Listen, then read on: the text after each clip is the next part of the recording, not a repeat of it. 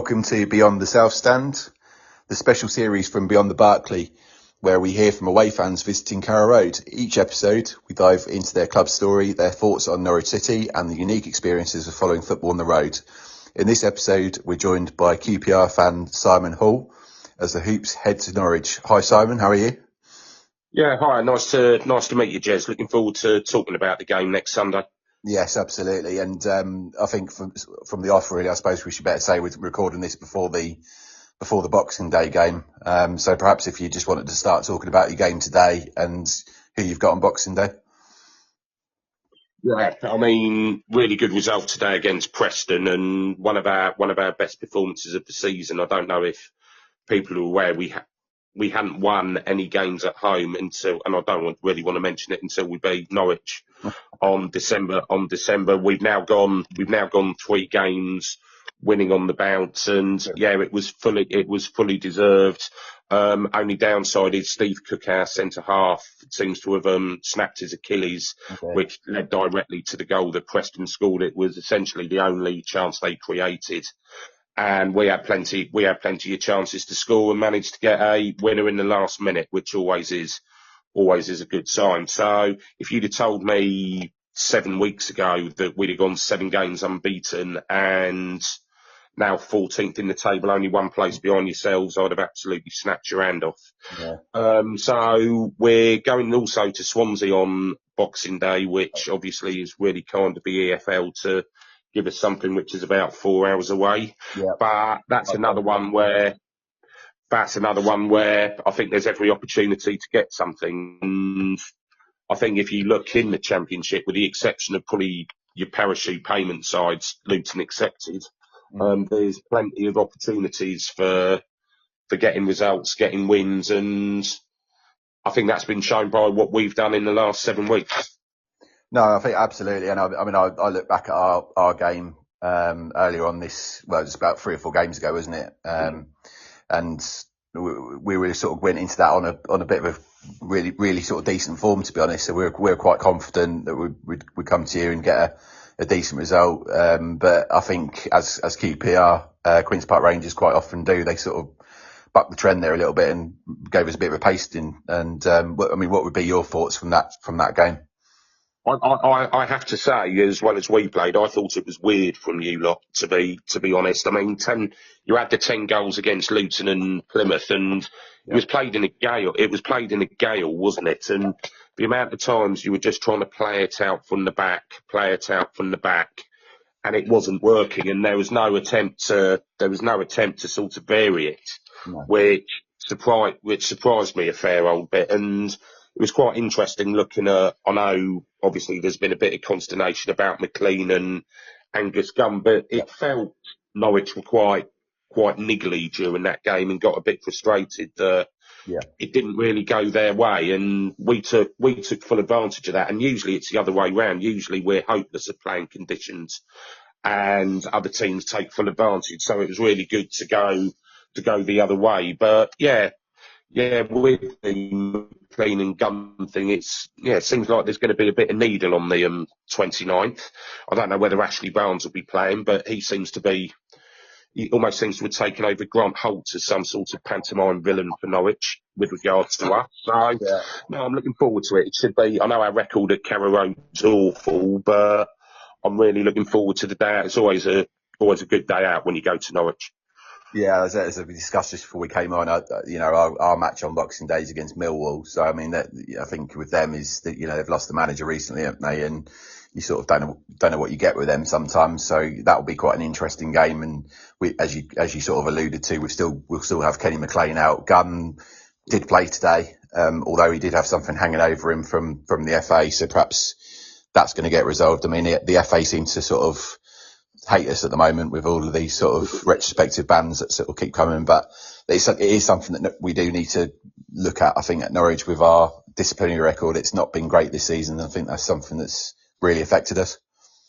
Because I think I watched them, because I did for my sins, I watched the Portsmouth game after where you drew 0-0, and yeah, it seemed to be quite a similar story. It was quite niggly, yeah, very. and so on. And Angus Gunn So I thought he struggled quite badly in the game against us. Yeah. Should have maybe done better for the third goal. And great header by Ryan Colley, who's almost come into the team by accident, and he was slightly out of position for that as well, I feel. But the Millwall one you alluded to is going to be fascinating. I mean, Neil Harris calling the opposition fans thicko, Millwall fans thickos, probably isn't the most sensible thing to do, even though we probably think that he's not entirely wrong. No. But it'd be interesting to see Millwall go from there, because whether they go back to this sort of passing style with Joe Edwards, which didn't work before, whether they're going to go tried and tested, obviously, with people like Rowett going to Oxford, I'm not entirely sure what options there are at the moment for them. No, I think you're right, it's going to be an interesting game for sure. So, moving sort of onto Queen's Park Rangers then, and sort of the last few years, really. I mean, how would you sum up the club's journey over the past few seasons, and where do you think they're heading now? It's funny, we did a pod on it about a month ago during the international break, and essentially it's been 10 years of stagnation, really. There's only been 2 seasons since we got relegated in 2015 where we've been in the top half of the Championship. There was one season under Warburton in COVID, we finished 9th, and then the season after, where we actually made a bit of a playoff push, we collapsed and ended up finished 11th, and then we found out that we spent too much money on that and we had to cut our cloth accordingly. Mm-hmm. Apart from that, normally we're looking at about 16th, 17th, and the last couple of seasons we've been battling to avoid relegation, and it's been a long-term issue, really. The way in which we handled the Premier League, we really didn't do it well at all. I mean, the Mark Hughes one was a disaster, and then to compound it by giving the job to Harry Redknapp when we got promoted, I'll happily say that once we got promoted, I'd have actually said, thanks, Harry, we'd have got someone else in. But we didn't do that. He ended up claiming that he had a bad knee. And we haven't really recovered from that since. We've always seemed like we've been having to play catch up, really. We've had Les Ferdinand came in as director of football. He is something that we do as a club. We tend to try and make populist appointments when things don't go well, get a former club legend, hope for the best. And don't get me wrong, he did some good things. We sold some players for profit, which is what QPR needs to be doing, and something we went away from when we were in the Premier League. But no matter what we've tried to go on the European approach. We've tried to go with people scouted by Mel Johnson. We've gone to signing established Championship players, former Premier League players. And let's be honest, nothing much has worked. And one of the things I think we'll say is that through the owners, the culture of the club almost seems to accept this sort of mediocrity at the moment. And we've got an outstanding manager, and we'll come on to him in a bit with what he's done. But that's essentially where we are at the moment. It's just stagnating and hoping that we can keep going in the Championship. And we've actually changed a little bit. We've tried to go exclusively down data and analytics. And a few of the signings we had have been very, very slow to start.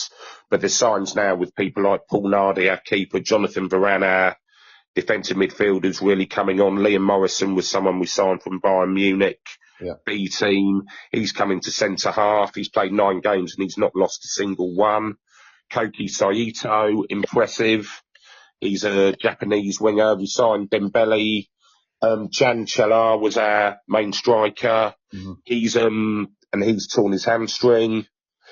So we've been unlucky with injuries. We've been unlucky with injuries this season, but there's small signs at the moment. It's beginning to come back. Fantastic. And who are the current owners? Because I always remember back in the day, it was Tony Fernandes who actually he had a look at Norwich at one point, and this was before Delia was sort of in any kind of position to let sort of the reins of the club go. But I assume, is he still there, or is it someone else now? But Tony Fernandes was well-meaning but incompetent as a chairman, to be honest. He was, and I'll be honest, you had a lucky escape. And I mean, see what happened with Caterham. see what happened with Caterham and Formula One under his tutelage. He was very naive, wanted to please, wanted to get publicity for his airlines, thought he was doing the right thing. Too many people exploited him. Chief execs, we had people like Phil Beard, who had no experience of football chief execs.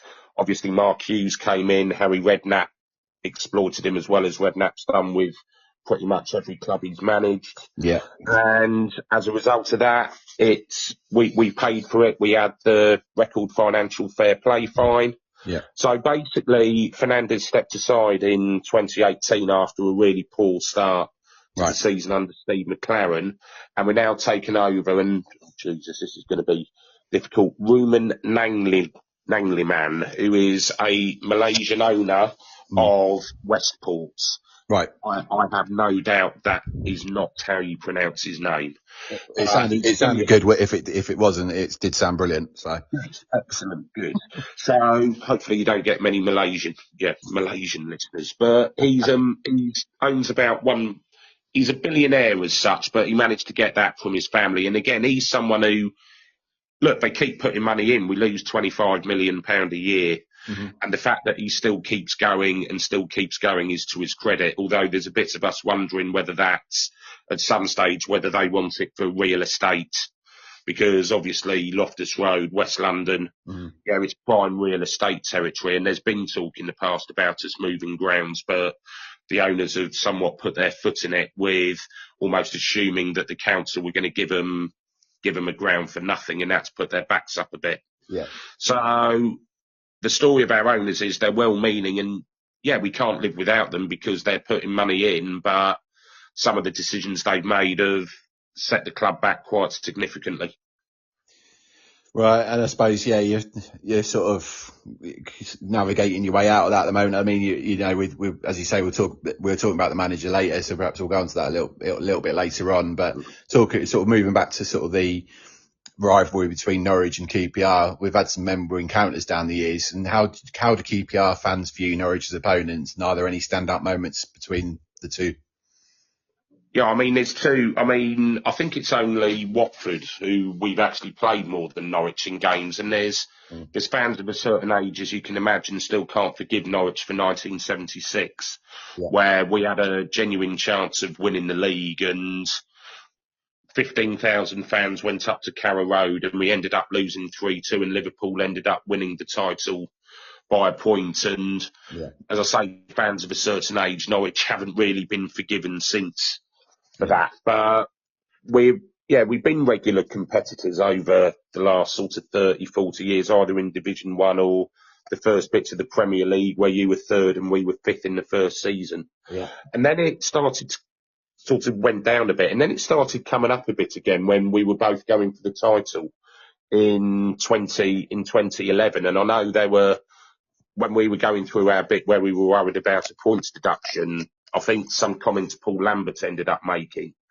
about how we should have got a points deduction, I think rankled us a little bit. And there was also the perception that the media almost wanted Norwich to do well, and we were seen as this moneybags QPR, the bad guys, which I think got our backs up a little bit. And then also, and I think I've mentioned to it before, people like Grant Holt. Yeah. People like Grant Holt played as a proper pantomime villain. I know there was a couple of games where I think he got a player sent off in a New Year's Day game. Joey Barton. Then obviously, no, that was Bradley. Yeah, I was going on to Bradley Johnson. It was, Bradley Johnson got Joey Barton sent off. I mean, that's a fight you'll never want to see end. No. And that was the one, wasn't it, where Johnson had your breath, Barton, your breath stinks at the darts. That's just which I'm actually watching currently. So that's it was. Yeah. That got brought up the other week. Actually, I think that was, as I said to you earlier on, I think that was a bit of a joke towards the FA Regulatory Commission that currently trying to do their best to find out Norwich for absolutely everything. I think they said, well, shall we revisit this from the darts a few years ago? Yes, absolutely. Yes, that's it. So obviously we had that, and then Yeah, it's somewhat has it's fallen away a little bit, but yeah, I think owing to those previous things, it can be a bit lively. But at the same time, Norwich generally is a very good day out. As I say, I lived there for 4 years, so Yeah. I know for a fact you can have an absolutely outstanding pub crawl around Toonland and going down the river towards the ground, and our regular haunt at the end of it's the Coach and Horses, which is always a great pub, always really welcoming. So yeah, it's a good day out. It's reasonably near, but yeah, I think as we've said, there is a little bit of niggle, and I've got a feeling there could be a bit more to come next Sunday.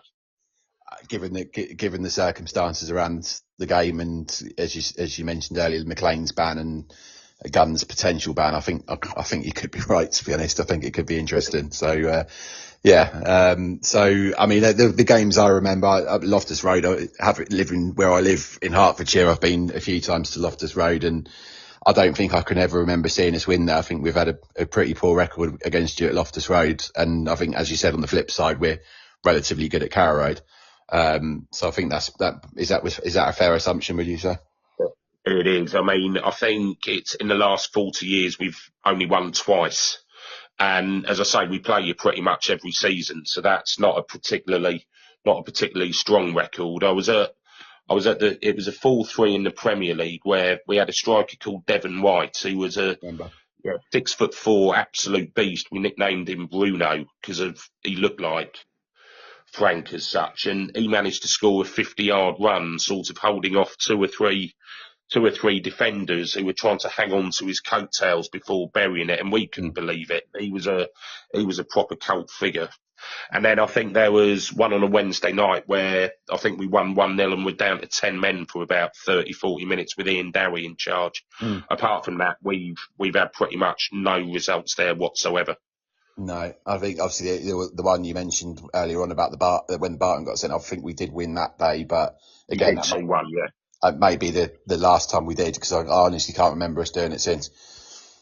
I think you did in the Farker promotion season. I think Pookie scored as he did pretty much every time that season. If I remember correctly. Yeah, you won that one. It was a later kickoff, and then obviously you absolutely smashed us 4-0 in the return. Yeah, I remember that. Was that the one during the COVID season? That was a couple of seasons before. That was the first time you got yourselves promoted. When you were wearing that pink kit, from memory. Oh yes, fuchsia. It's fuchsia. Fuchsia's, apologies. Oh no, it's fuchsia. Yeah, it's definitely not pink. Oh, fantastic. So yeah, moving on to Loftus Road, and it's known to be sort of quite compact and intense in terms of its atmosphere. I mean, how does that experience of watching a game there compare to an away day at Carrow Road, or I mean, any other club really? Up until, ironically, our home record for the last 2.5 years has been absolutely rotten. Right. We'd only won about 8 of our last 51 in the last 2.5 seasons at home. So obviously, getting poor results like that doesn't help an atmosphere too much. And I've got a 6-year-old boy who's got a season ticket, and we've had times where we've gone 9-10 months at home without him seeing us win. Yeah. So trying to encourage the younger generation to support us when you've got results like that is very difficult indeed. But we love the R5s, absolutely love the half-5 kickoffs where you've had a bit of time in a pub. People are nice and lively, and it's sort of going into dusk and so on. They're great occasions, and we've had other occasions as well. I remember a playoff semi against Oldham 2003 where we got a winner with 5 to go, and you could almost literally feel the roof go off, and you could feel the earth shaking underneath you with everyone scoring. And don't get us wrong, when it can be, Loftus Road is a properly intimidating, a properly special atmosphere. Yeah. The other one that we can do for that was 2011 when we played Chelsea for the first time in 15 years, and Chelsea genuinely did not know what hit them that day. They ended up with 2 players sent off because they genuinely did not know what to do. Yeah. And there was one where someone sprinted down about 20 metres to have a pop at one Mata, trying to take a corner, and Mata just absolutely bricked it and didn't take one again. And we've got that capability of being properly intimidating when we need to be. And as I say, that Chelsea game, that was the John Terry racism one. Right. That was properly special, and that was a time where you could genuinely say, can fans win games? That was 100% it. And I think I said about Norwich as well, having, as I say, I've lived there for a few years, but the fact that it is a good away, for me, it is a good away day, and it can get quite lively, particularly by that bit of the Barclay. Yeah. I mean, do you still have that, do you still have what they call a snake pit?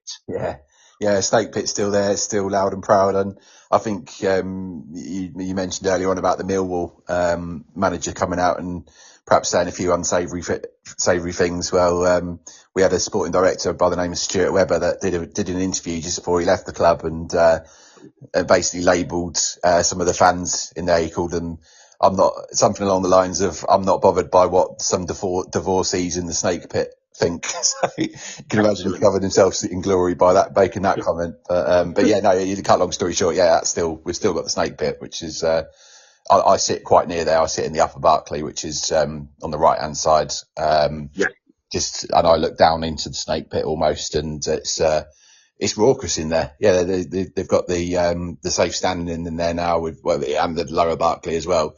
But yeah, it's a raucous place, the Snake Pit. Yeah. How have you found the safe standings changed it? In all honesty, it hasn't really, for me, it hasn't. The people who sit in those areas might disagree, but I think they always did that anyway. So it's just giving them a safe pass to do it, isn't it? So, I mean, I've been to a few places in Germany, which, where it's been like that for, the best part of 10 years. But no, it's, for me, it's just made it safer for people to do what they've always done, really.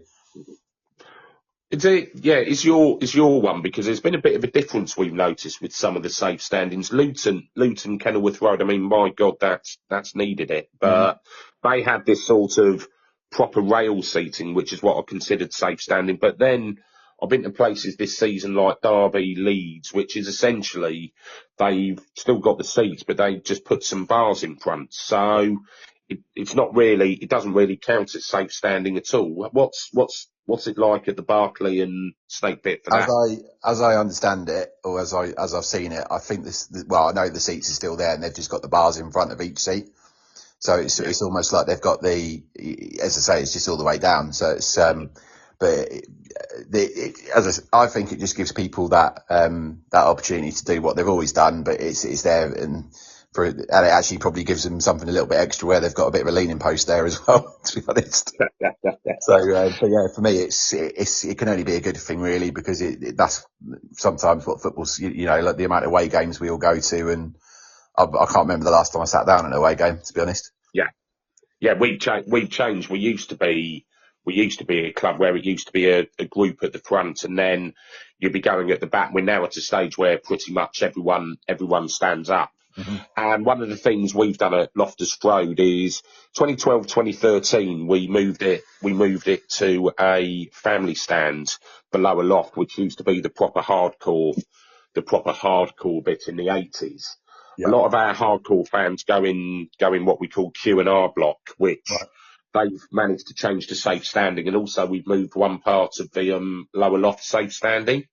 And some of the people on loft flags have done a really good job in trying to get the atmosphere back in that bit. So it's half safe standing, half family stand. My suspicion will be that it will become all safe standing at some stage. And that, for me, even with a 6-year-old, would be something I'd welcome. I mean, I grew up having it, so, and I know what the positives are, and it's not like you're going to have crushes or anything like that. So, no. Yeah, we're all for that.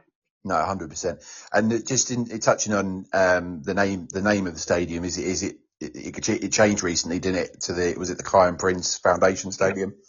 So we changed it to Kai and Prince for about 18 months, obviously after an academy player who was murdered in Edgware, and his father Mark won the Helen Mollison Award at the sports personality. He's a truly inspiring speaker and an inspiring figure. Yeah. Talking about the dangers of knife crime. We had that for 18 months, our sponsorship for the foundation. It's now become, let's be under no illusions, in a way to try and get around financial fair play. Yeah. It's now the Mattrade, which is Reuben, I'll just call him Reuben, company for companies. So it was used as a sponsorship from there. And we've got the Stan Bowles stand, obviously named after one of probably, if not our greatest player. Yeah. We've got the Batia stand, which is after a former chairman, and the Achilles security stand. So essentially, just trying to sponsor it to ensure that we were getting money in. Yeah, fantastic. I'm just watching an advert on TV, which is a betting company, William Hill. Other betting companies are available, and it's filmed in Westway, underneath the A40. It's on those football pitches underneath the Westway, which is what, the stone's throw from your stadium. Oh yeah, we know them well. We drive through them, and drive past them every time we go there. And funnily enough, I used to work for their competitor, which was Play Football. I think it's now a Power League, right next to Loftus Road, for another five-a-side centre, which I believe it's still there, operating as Power League. It's still there, and it's used as a family zone. It's used there as a family zone before, where there's a few games going on. A few of our players are there. Fortunately, at the moment, my son's happy to go to the pub, so I'm pleased with that. Yeah, we do have something similar at Norwich, which is Carrow Park, and I think those can only be good things for the clubs, can't they? Where they're a community asset, and a real good place for people to go to, of all ages, abilities, disabilities, etc. That can go and enjoy those facilities. Does that welcome away fans? I think so. I've certainly seen other teams' clubs there, and support that local facility 100%. Oh, nice. After the Coach and Horses, we might try that.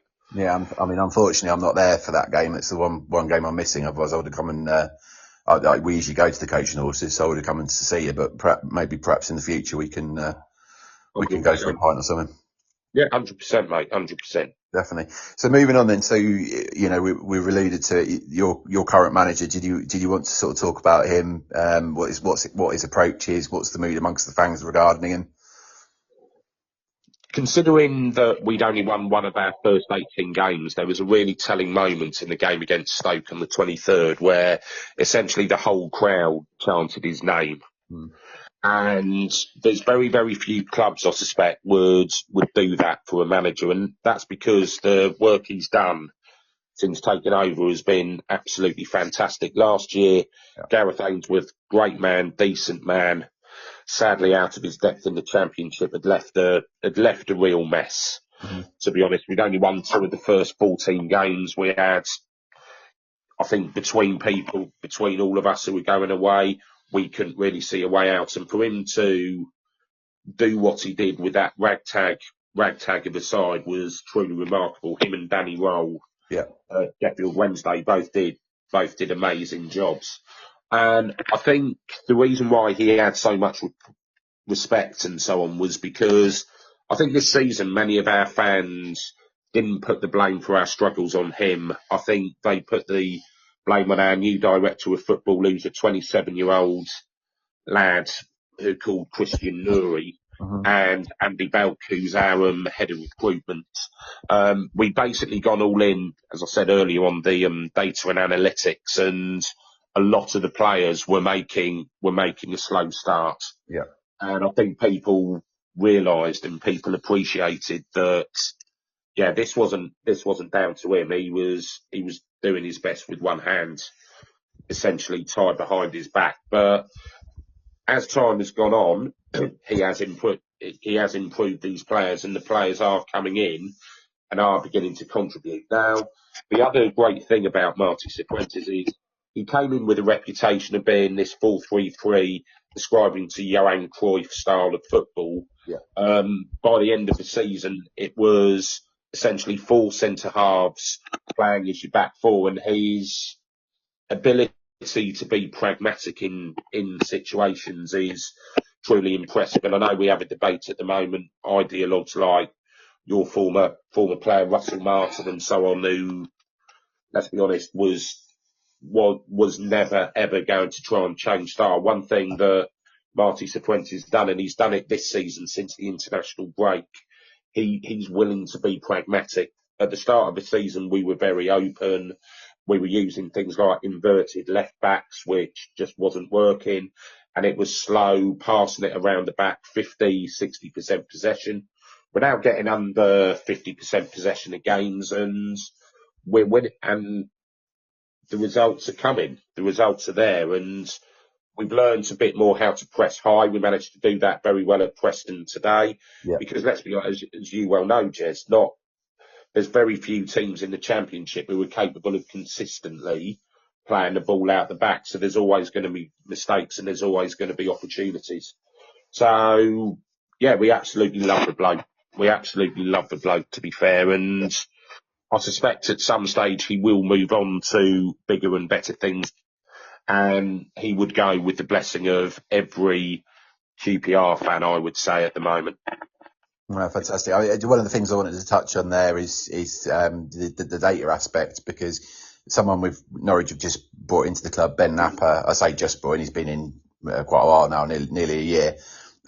His sort of approach is very data led, and it's interesting you say some of the signings at QPR have struggled to settle, because I think that would be fair to say the same for Norwich. Some of the the early signings that Napper's made haven't, some have, some haven't. But I guess my question really is, can you sort of give any reassurances to Norwich fans that are sort of going through that process, but perhaps a year behind where QPR are with that data-led approach? I think you can eventually, and I think, as I say, we're beginning to see it with people like Jonathan Varane. Paul Nardi was more experienced and joined earlier, and actually we signed quite a lot of these players quite late on, but it will eventually come. You're always going to get failures. It doesn't matter what approach you get. You'll always get some successes. You'll always get things wrong, and that's football. And I think there's about 2 or 3 of our 7 or 8 at the moment who we're not convinced are going to make it. But for a team like us, if we get 1 or 2 who do it and we can sell them for big money, that's exactly the model we should be using, and then we can use it again. It's exactly what we did in the 90s when we were an established Premier League side.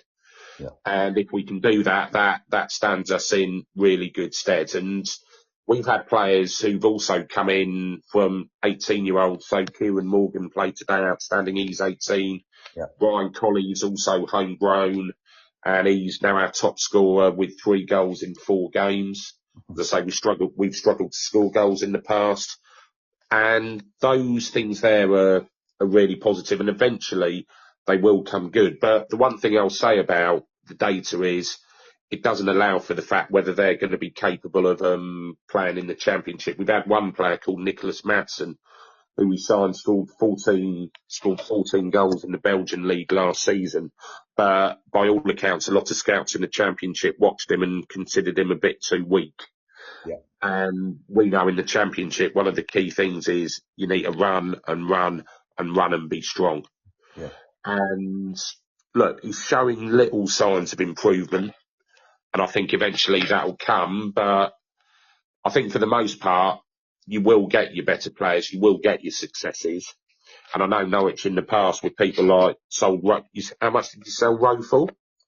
Well, that's a contentious one. So he's actually currently only on loan to Marseille, but it's one of these deals where they've got the, what's the expression? Not right to buy as such, but it's almost obligation. Like. Say that again. Sorry. Is it obligation to buy? Yes, that's correct. Yeah, so the obligation to buy Marseille. They're at Rowe at the end of that, and I think it's going to be about 15, 16 mil for a player that's in like a very minimal sort of contract phase. It's that's a great piece of business, and that's one thing that Napper has done really well is he's moved some players on at the end of this season, and some people were going, well, how has he managed to get 11 million for Adam Eder for instance, and there was, one or two others that escape my mind now, but he has pulled off some. Gabriel Sara has never played a minute football in the Premier League, yet he sells him to Galatasaray for 18, 19 mil. It's, that part of it for Norwich has actually proved to be, he's proved a bit of a masterstroke in that sense. It's just, I think Norwich fans at the moment are looking at these sort of players that we rocked up to Sunderland today and lost, 1-0 up and lost 2-1, talking about all the things we talked about earlier on about lack of discipline, etc. And these players that, he signed, i.e. Jose Cordoba, get himself sent off in the 72nd minute. So that's what I'm thinking is, that was the thinking around that question I just asked you is hopefully we can give some reassurances to Norwich fans because I think it will click. Yeah, but again, our chief exec claimed in a thing that it was the first time we ever did character interviews. Mm-hmm. And yeah, you could actually see that where we've struggled, it's not been for effort.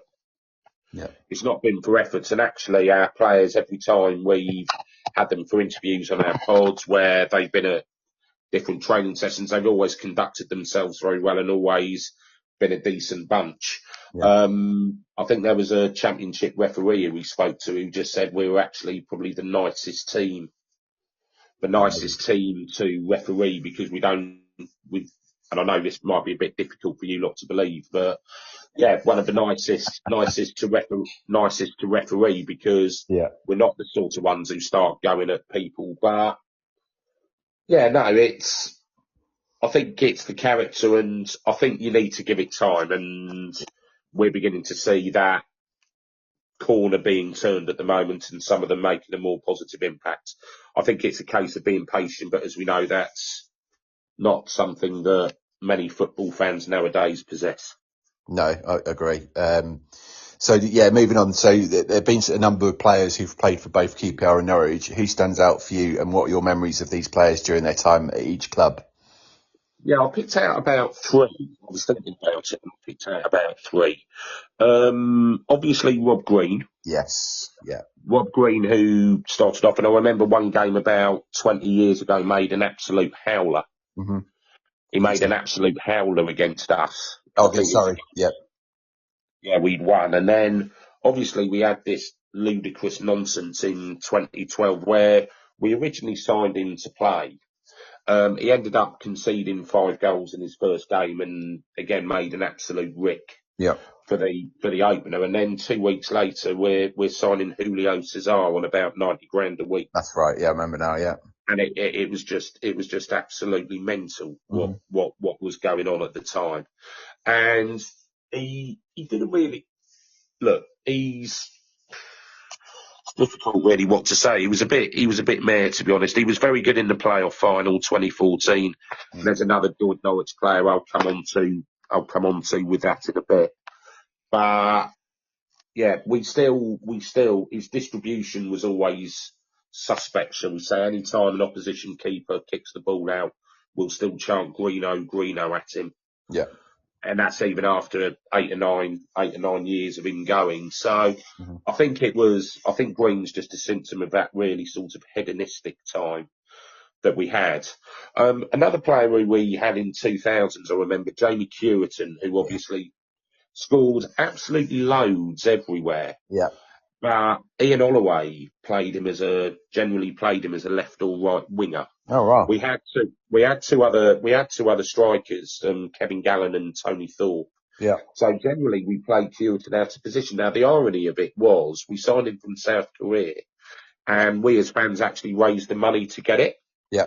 So he was £50,000. It was a time when we were in admin in the early 2000s. Mm-hmm. So yeah, raised some money, got the signing done, and we were all genuinely excited. We knew how many goals he's capable of scoring, and yeah, I think he got, as long as he was playing Coventry City, he was pretty much prolific. But unfortunately, everyone else, it didn't really work as well. But then obviously he ended up leaving us and having a continued distinguished career in the lower leagues. And I'm not sure he's probably still playing now. He is manager. I think he's still at Bishop Stortford, from memory. Although I think you're right. I think he did go on and play for someone else.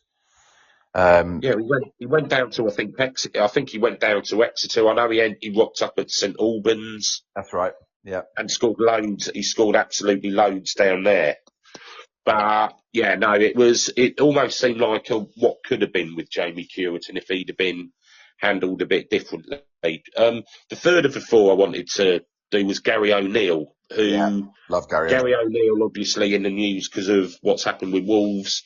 Played a season for us, managed to get himself sent off in the playoff final, sacrificed himself, basically taking a Derby player out who was through on goal. Yeah. And plenty of respect for him for that. And then obviously he left in 2014 to join yourselves and managed to get yourselves promoted in that playoff final in 2015, didn't he? So he did, yeah. He had a really positive impact for the both of us. And now we're going to talk about someone who perhaps hasn't had a positive impact. And back in the 90s, you had people like Neil Redfern who went to whatever club and he would end up being in a side which got them relegated. Yeah. You got any idea from the 2010s who I might be talking about who played for Norwich and us? Who did that? 100%, yeah. I think it was, yeah. So we signed him from you, didn't he? When he ended up, I think, getting relegated the first time. That's right. He then joined us, and it's fair to say he scored some great goals, but it's fair to say his style was languid. Yeah, so very laid back. Yeah, he's a proper match of the day highlights type of player. What was best about it straight afterwards though? I think we flogged him to Swansea. Yes. We flogged him to Swansea the season after. And I think we can all guess what happened there. Swansea ended up being relegated that season as well. And I'm genuinely not sure if there's a player who's managed to be in three different sides and managed to get all three of them relegated at the same time. But look, there was certainly talent with that lad. But I think application and attitude left a fair bit to be desired.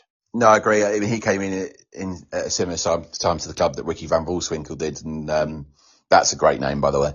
And he came with a big reputation. I think we signed him from Sporting Lisbon, possibly. That's it. Yeah, that's it. He came with a massive rep, and unfortunately at the time we had a lovely bloke, but I wouldn't say he was a particularly attacking minded manager, but Chris Hughton was our manager at the time, and he kind of ruined him a little bit. It was, he scored in his debut against Everton, and I think he scored maybe one or two more goals for Norwich in his time, and it just didn't work, unfortunately. But sort of coming on to Leroy Fer, I mean, he came in. I'm pretty much sure he came in at the same time, and he just very, very chilled out. I think he clearly a talented footballer, but I think he probably believed in his own hype a little bit sometimes. One or two that I'd mention is Lee Camp. Yes. With us. He was actually at one stage. So carry on. I still remember that there was a game, wasn't there, where it was penultimate game of the season and Camp managed to get himself sent off within about the first 5 minutes, I think. Yes. Yeah, I think you needed a win to stay up. I think you had Glenn Roeder in charge at the time. And, I think you ended up going on to win 3-0 or either that or it was someone else got sent off trying to deal with a Lee Camp mistake. It was one of the two. Yeah, no, definitely. I'm trying to think if that was that, because I'm pretty sure we had Camp when we were in the Premier League. Oh, hang on, I'm thinking about someone else. I don't know, maybe not. But yeah, I certainly do remember because he was maybe our second or third choice keeper at the time. No, I am definitely thinking about someone else because I think Lee Camp did come in as perhaps a number two, but we also had Peter Crouch. Wow, when did you have him? So he played for us in 2004, and he came in on loan from, I want to say, Aston Villa.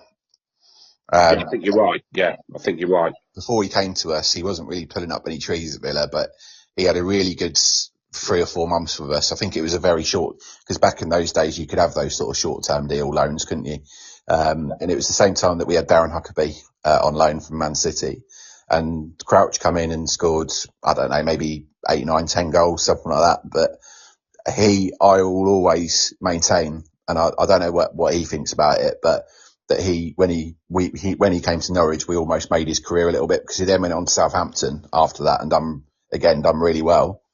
And the rest is history, really, isn't it? Because he's obviously then played for England, Liverpool as well. So yeah, Yeah, he was with I us. mean, we signed Peter when he was 19 years old, and it was an absolutely rotten QPR team. Ended up being relegated in 2001, Yeah, and he was the only bright spot, really. Ended up scoring a good 12, 13 goals in, as I say, what was an absolutely rotten side. yeah, And I think Pompey ended up taking a chance on him.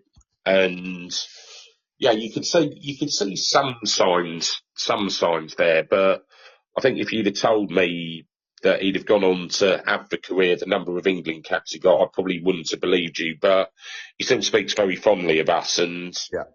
always come across as a great bloke in whatever he's done. No, absolutely. And I think just going back to the start when you mentioned Green, I remember you saying about the howler. I thought you were initially talking about when he was playing for Norwich, and it was very early days in his Norwich career, and he let a shot sail over his head from the halfway line from Carlos Edwards at Luton, which was quite entertaining. And also he had that clanger in the World Cup, didn't he, as well? So I think he was, in all honesty, a good goalkeeper, but he was, I suppose, a lot of goalkeepers capable of that occasional clanger. He always had one in him, yes.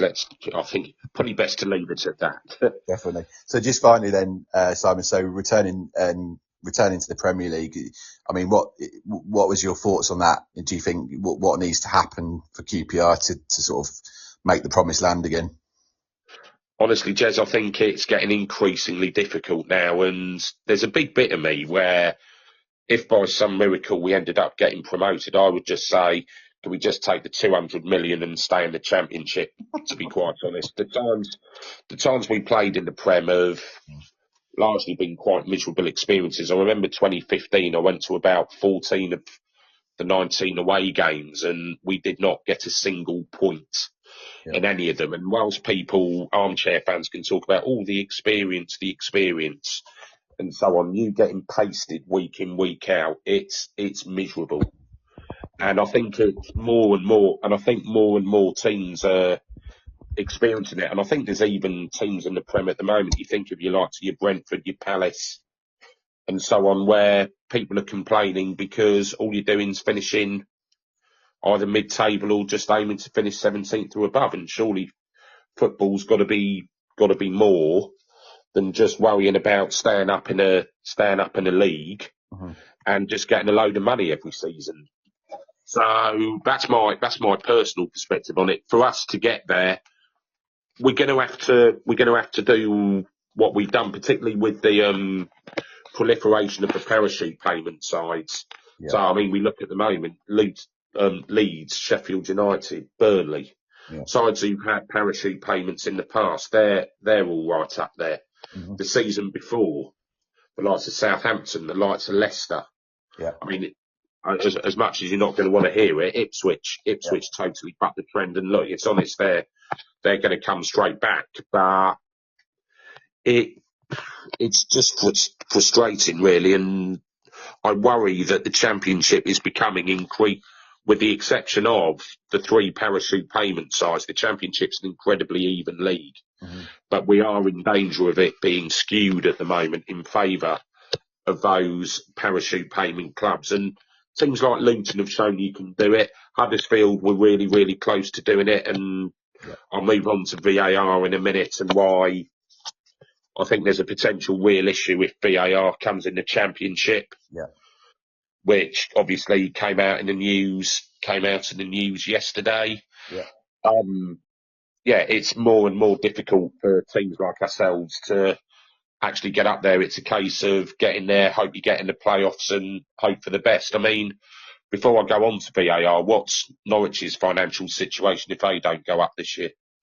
Well, we've just got new owners. So, what was it, 2 months ago? I mean, the guy's been on the scene for about 3 years, but Delia finally gave up, and her husband Michael Wynne Jones, should I say, who were the majority shareholders, joint majority shareholders of the club, have finally given up the reins, and we've now got a gentleman by the name of Mark Atanasio, who owns the Milwaukee Brewers, who's a baseball team in obviously in the USA, but he's come in, and they've got a bit of money. They've got a guy by the name of Richard Resler, who is a big property person, for want of a better phrase, in the USA, and they're very ambitious. So we're not. I think we could have been in trouble if they hadn't come in, but we're probably on an even-ish keel now, and probably with the money will be spent in January for sure. The manager we've got is a young manager. He's only 35. He's come from the Danish leagues. There's been some very good games this season, especially at Carrow Road, where we've really, dismantled teams, I suppose. We beat, albeit Plymouth, who aren't great, we beat them 6-1, beat Luton 4-2, we beat Watford 4-0, and we beat Hull 4-1. But they're pretty much the only game, well, not the only games we've won, but one of the only games we've won, and the rest of it has sort of been sort of draws and losses. So I suppose the point I'm trying to get to is we've been very inconsistent, and that's something that's going to need to change for us next season. But I think if he can keep the philosophy of those wins and keep building on that, I think we could be looking very good next season. Yeah. I mean, going back to Plymouth have only got 1 point away from home. Take a couple of guesses who that was against. Oh, no, it wasn't you, was it? Oh, it was. And they had 10 men for 60 minutes. Oh, no. we're very, very good. We're very charitable like that. Yeah. I think the other thing as well to talk about is the whole notion of VAR, and surely they can bring it in the Championship. I mean, I'll be honest, I only really watch football in the Championship now. Sometimes watch it on Sky, and I watch it. My interest in watching other type of football has reduced massively. Yeah. I think mainly down to the absolute saturation of it, and before you get started on the Sky deal and the 12:30 kickoffs. But if they then add in VAR on top of that as well, it's just going to make it an absolutely miserable experience. I mean, you look at what happened at Wembley with Coventry, wasn't it? You've gone 3-0 down, go on to win 4-3 last minute. Yeah. And then you've got some Herbert trying to draw some lines, trying to suck any sort of joy out of it. Nah, come on. It's an absolutely ridiculous idea. Goal line technology, absolutely fine, quick, efficient. But the rest of it can get in the bin as far as I'm concerned. And I really, really hope that the story which came out saying that they are genuinely considering it is not true. No, I'm with you to some extent. I think the lines thing is ridiculous because it just seems that they can just draw them wherever they want. But I don't know if you've seen in the Champions League quite relatively recently, is they've got I think they call it semi-automated now. I don't think it's fully automated. Where it's the one where they bring up the computer graphic of the two mannequins of the two players that are involved in that instant. And it's pretty much instant. And I think if they can bring that in, I think I would be happier. But I'm with you. I think goal line technology is, other than that Sheffield United Villa game the other year, where that was definitely over the line and obviously resulted in Villa's upturn, shall we say? It's pretty conclusive, isn't it? But I think on our Christmas special, we talked to the premise of our Christmas special is we talked to all of the clubs around the world that are nicknamed the Canaries. And one of the clubs was a club called Modena that are based in Italy. And they're in Serie B, and he was saying that the VAR is used in the second league over there, and it's something that is sort of commonplace. And I think they use it in the second division in Germany as well. So obviously these countries are a little bit ahead of us in terms of it. And you're right. I think it'll be interesting to see what happens. I think for me, the biggest thing is the biggest advantage of the bigger clubs, particularly of the higher end teams in both the Premier League and the Championship, is the introduction of 5 substitutes, because you can change half your team. And for a club like, a lower end club, they're going to struggle with that because. Yeah. And if you've got a host of injuries, then some of the clubs can replace those relatively easy with some top quality players where other teams can't. And I think that's a real game changer in more ways than one. No, I'd agree. Yeah, I'd agree with that as well. And yeah, so that's quite a difficult one. But also going back to the VAR, and I think also the people officiating it is the concern. I don't know about you. You've watched enough Championship football. I think the standard of it. Go on. Sorry, I'm just watching a little bit later. Standard of refereeing really. Sorry. Yeah, standard of refereeing really, really poor at the moment. And yeah, would you trust half of the people doing it to make a decent job of it? I'm not 100% sure I could. By the way, was that something at the darts? Yeah, apologies to interrupt your very important bit there, but Luke Littler was literally just about, he was inches away from putting out a 9-darter there. It was, I mean, he's gone for the double 12 and it's a millimetre away from the edge of the double 12. Double 12. He could have seen a 9-darter there, but sorry, carry on. Trouble is going back on the cards. The trouble is Littler hitting 9-darters now. It's almost getting bored. Oh, honestly, he's something else. And I watched him last year, and I mean, his set for average now is 144. Sorry, it's just something else. Jesus Christ! I mean, that's just out of this world, isn't it? Yeah, sorry for anyone that doesn't like darts that's currently listening to this podcast, but it's if you don't watch this kid, because he's 17, made his debut last year at the age of 16. Got to the final, didn't he? Played, I'm trying to remember, it was the other Luke, wasn't it? Luke Humphreys. And I think the occasion just got the better of him, but I'm looking at him now, I'm thinking he's on one here. He could go one better this year. Yeah, as I say, he's got, and I know we're going off topic, but yeah, I like my darts as well. So yeah, Humphrey and Littler in the semi-finals as well. So yeah, essentially that's the final the day before.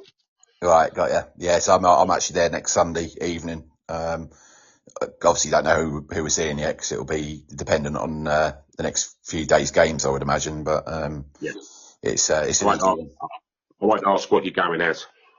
Well, we had toyed with the idea of dressing up. I think the Vicar was mentioned at one point, or Ali G, or what was the other one? The Jamaica bobsleigh team was also mentioned. But I've got a Christmas jumper, which on topic actually, from what we were talking about previously, it's a VAR humbug one. So, excellent. I think better for all involved. Yeah, absolutely. Well, Simon, thank you so much for coming on. It's been an absolute pleasure hearing about QPR and your endeavours. And as I always do with these, I think it'd be prudent to perhaps have a little prediction ahead of the game next week. What's your thoughts? All good one. I know we're going in hopefully 8 unbeaten, but I think our record at Carrow Road is a concern, and with Steve Cook going out injured, and also having played Swansea 3 games before, I'd snap your hand off for a point. I'll go with 1-1, but I have a feeling we might lose. But the form we're in at the moment, we never know. Yeah, I would like to think there'd be a reaction. Based on the fact, not just what happened during the last game, but the scoreline. I think they've got something to prove there. So I hope that they go into that with the bit between their teeth and get a good result. I think we'll concede, as we always tend to do. So perhaps 3-1. Okay. Fair enough. Yeah, it might be, possibly a bit tighter. As I say, we've only conceded 3 goals in our last 10 games, so maybe a bit tighter. It'll be interesting to see. But as I say, that's without Steve Cook. But hopefully we'll have Jake Clark Salter back, and he'll play with Liam Morrison, who, as I say, stepped up brilliantly. No, definitely. All right. Well, look after. I'll take it. You're down in Poole at the moment, right? I am, yeah. I've finished the game at Preston, gone to see my parents, and going to have a couple of days there before heading up towards Norwich for the 29th via Lincolnshire. Fantastic. Well, I hope you have a wonderful Christmas, Simon, Yeah. with the family. And as I say, unfortunately, I'm not making the QPR game due to the darts, funny enough. I hope you have a wonderful time in the city. Just for everyone else, if you have enjoyed this episode, don't forget to subscribe and leave us a review on your favourite podcast platform. And we'd love to hear your thoughts. So join the conversation on social media, all the forums, and let us know what you think about the topics we covered today. Thanks very much, Simon, once again, and look forward to speaking to everyone soon. Send me them bits across and we'll go. And yeah, let me know on the 27th, mate. I'm happy to help. Yeah, thanks a lot, Jeff.